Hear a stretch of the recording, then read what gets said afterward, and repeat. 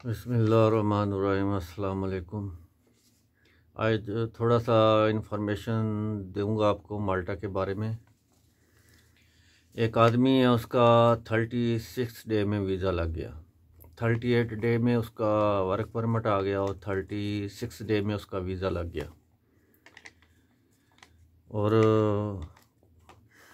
उससे एम्बेसी में कुछ सवालात पूछे गए एम्बेसी की तरफ से, और उसने बहुत अच्छे जवाब दिए उसके। उनमें से सारे तो नहीं, मैं 5-6 आपके सामने पेश करता हूँ।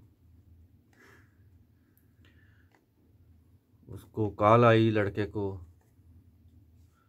एम्बेसी की तरफ से, I am calling from Malta high commission from Delhi. I am calling from Malta high commission Delhi, from Delhi. और जब उसने बोला ओके यस, फिर उसने पूछा डेट ऑफ बर्थ। अपनी डेट ऑफ बर्थ बताने के बाद उसने क्वेश्चन किया what is the company name in Malta. आपकी जो कंपनी है उस माल्टा में, उसका क्या नाम है। तो अगर आपसे भी ऐसे पूछे तो आप उसका आंसर दे सकते हो, जो कंपनी का नाम है वो आप बता सकते हो।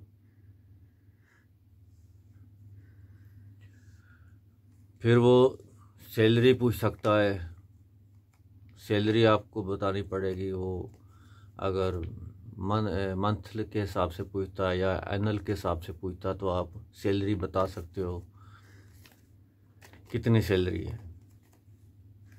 आपने यूरो में बतानी है उसको। फिर वो वर्किंग आवर भी पूछ सकता है, working hour, duty working hour. तो आप कह सकते हो 40 weekly 40 hour, weekly 40 working hour, यानी कि एक हफ्ते में 40 घंटे आप काम करोगे। और डे के हिसाब से आप बता सकते हो 1 डे 8 आवर। आपको फ़्लाइट के बारे में पूछ सकता है तो आप फ़्लाइट के बारे में उसे बता सकते हो। जो आपका फ़्लाइट है और उसका रूट है वो आप ज़रूर बताएं, उस फ़्लाइट का रूट। जैसे आप मुंबई से जा रहे हो दुबई, दुबई से आप माल्टा, वो भी ऐसे आप रूट बताओगे, फ़्लाइट का नंबर बताओगे अगर वो इस बारे में पूछता है, ताकि उसको कंफर्म हो जाए कि ये पहली बात ये असली है, यानी कि इसके जो पेपर हैं, डॉक्यूमेंट है, असली है। दूसरा, उसको ये भी पता चल जाएगा कि इसने खुद अप्लाई किया है या एजेंट के ज़रिए किया है अप्लाई। आप उसको फ़्लाइट का नंबर बताएं, टाइम बताएं, जिस दिन आपने जाना है वो डेट बताएं और रूट बताएं। फिर वो ये भी पूछ सकता है आपसे कि आपका फ़्लाइट डायरेक्ट है या कनेक्ट है। डायरेक्ट से मतलब आप सीधा इंडिया से आप या दुबई या सऊदीया से आप जा रहे हो माल्टा के, आप रास्ते में स्टे है, ये आप बता सकते हो। और ये भी आपको बता दूं कि आप कोशिश करें कि एमिरेट या तुर्किश इन एयरलाइन का इस्तेमाल करें। अगर दूसरी लाइन का आप इस्तेमाल करोगे तो वो आपको इटली या तवीनस में उतार देगी। वहाँ से आपको लोकल या दूसरी फ़्लाइट पकड़ के आपको वहाँ तक पहुँचना पड़ेगा। और वहाँ पे आपकी जो इमिग्रेशन वाले हैं, वो इन्वेस्टिगेशन वाले, वो सख्त किस्म के आपसे सवालात पूछ सकते हैं। तो उससे बेहतर है कि आप कोशिश करें कि इटली में उतरने की बजाय आप सीधा माल्टा में जाएं। वो पूछ सकता है हाउ गेट जॉब, आप बता सकते हो कि सर्च आपने कैसे सर्च किया जॉब को, आप बता सकते हो कि search I am search in online और फेसबुक या माल्टा पार्क या कुछ भी आप बता सकते हो। जहाँ जहाँ पे वो जो जॉब है आपको मिली है या आपने फाइंड किया है, तो आप जॉब का बता सकते हो कि सर मैंने ऑनलाइन सर्च किया है। एजेंट के बारे में बिल्कुल ना बताए। वो पूछ सकता है where is located Malta, Malta किस जगह पे है, तो आप बता सकते हो Malta is located in center of Mediterranean sea in Europe. Malta is located in the center of Mediterranean Sea in Europe। यह आप उसका जवाब दे सकते हो। वो ये भी पूछ सकता है वाई यू चूज़ माल्टा, आपने माल्टा को क्यों चूज़ किया, तो आप उसको बता सकते हो कि जॉब अपॉर्चुनिटी, कि एक तो मुझे जॉब मिली और दूसरा ये बता सकते हो कि living cost is very low, वहाँ की जो माल्टा एक्सपेंसिव नहीं है, वहाँ की लिविंग कॉस्ट जो है बहुत सस्ता है, सस्ता पड़ता है Malta. And high lifestyle, very high lifestyle जो है उनका बहुत मेयारी है, अच्छा है, हाई लेवल का है। और आप ये भी कह सकते हो कि Malta is historical and beautiful country.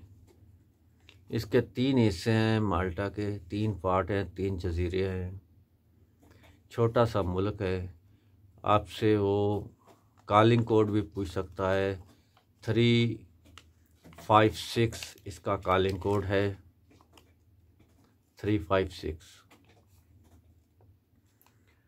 और उसके अलावा वो आपसे शहरों के नाम पूछ सकता है कि आप उसके शहरों के नाम बताएं, माल्टा के शहरों के नाम बताएं। आप उस बारे में बता सकते हो, 2, 3, 4 नाम बता सकते हो। ये सवाल भी लाजमी आ जाता है।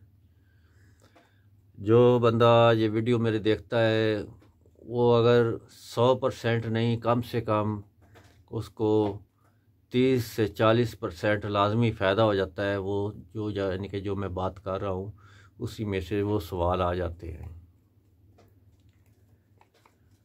और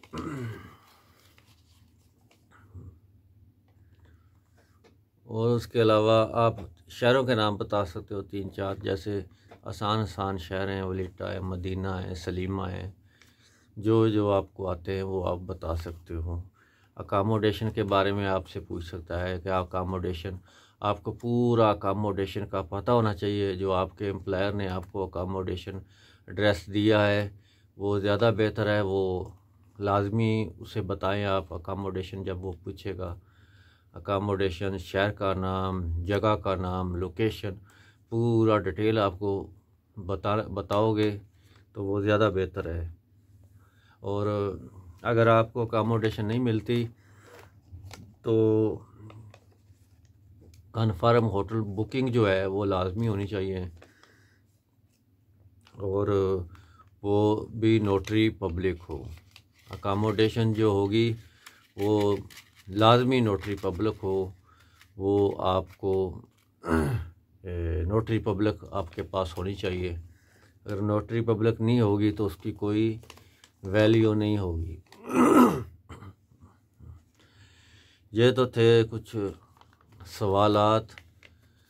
तो मैं काफ़ी टाइम से कोई वीडियो नहीं बनाई, तो सोचा चलो कुछ इंफॉर्मेशन वाली वीडियो बना दूं जिससे आपको रहनुमाई मिल सके।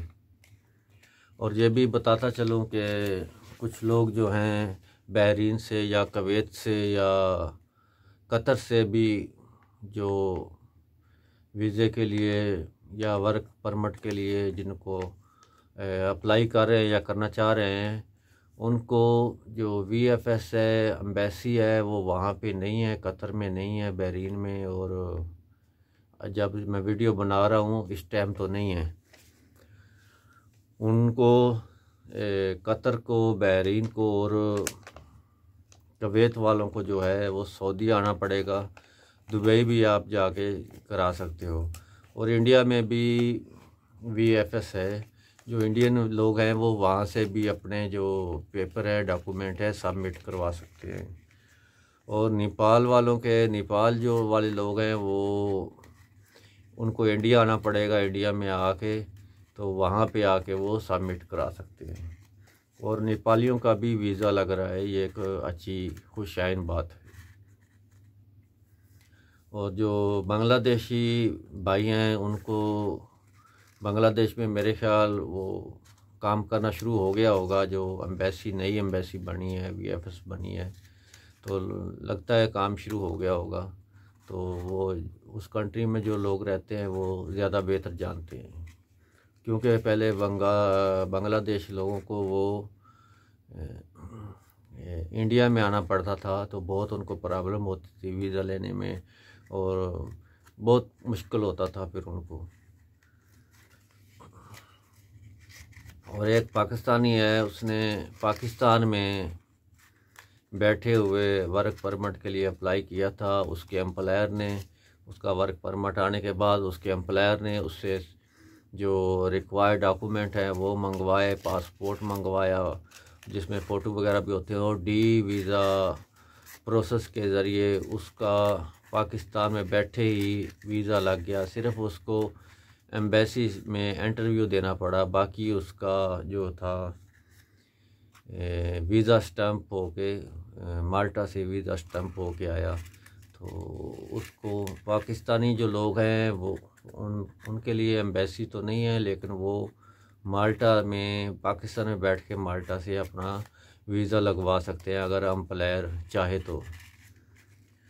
और उसके अलावा अगर वो पाकिस्तानी दुबई में रहते हैं या फिर गल्फ़ कंट्री के किसी भी मुल्क में रहते हैं, 8 महीने से उनको ज़्यादा हो गए हैं वहाँ पे रहते हुए, रेजिडेंस कार्ड है, तो वो भी इजीली वर्क अपने जो एप्लीकेशन है वीज़ा सेंटर में आप वीएफएस में सबमिट कर सकते हैं। और दुबई में जो अपॉइंटमेंट है, अपॉइंटमेंट के हिसाब से जो दुबई है, दुबई में आपको अपॉइंटमेंट लेना पड़ेगी।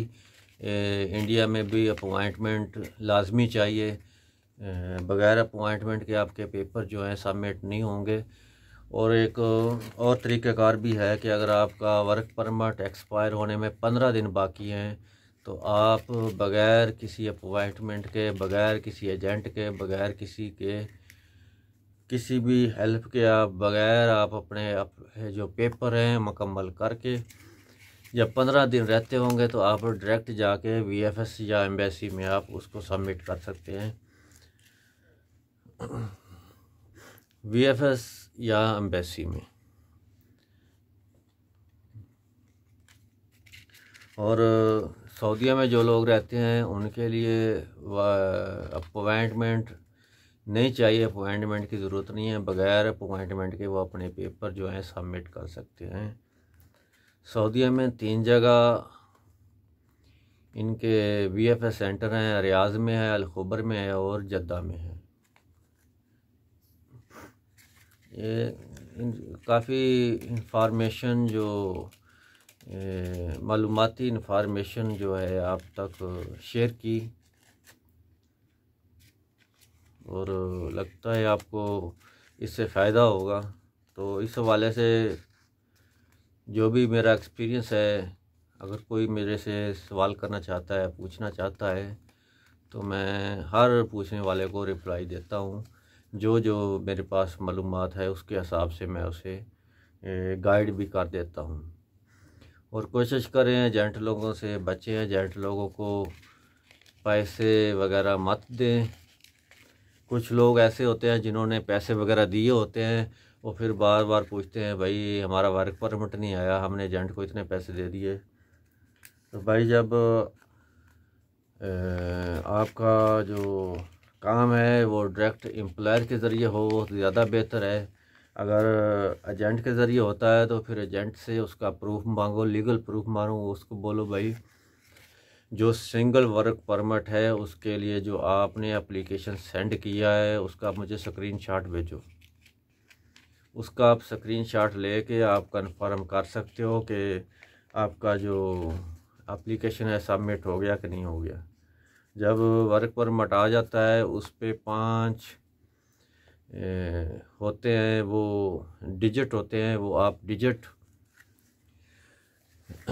जो है ऊपर उसके लिंक भी दिया होता है, लिंक को क्लिक करके वो आप 5 डिजिट लगा के आप वेरिफिकेशन कर सकते हो कि ओरिजिनल है कि या फेक है।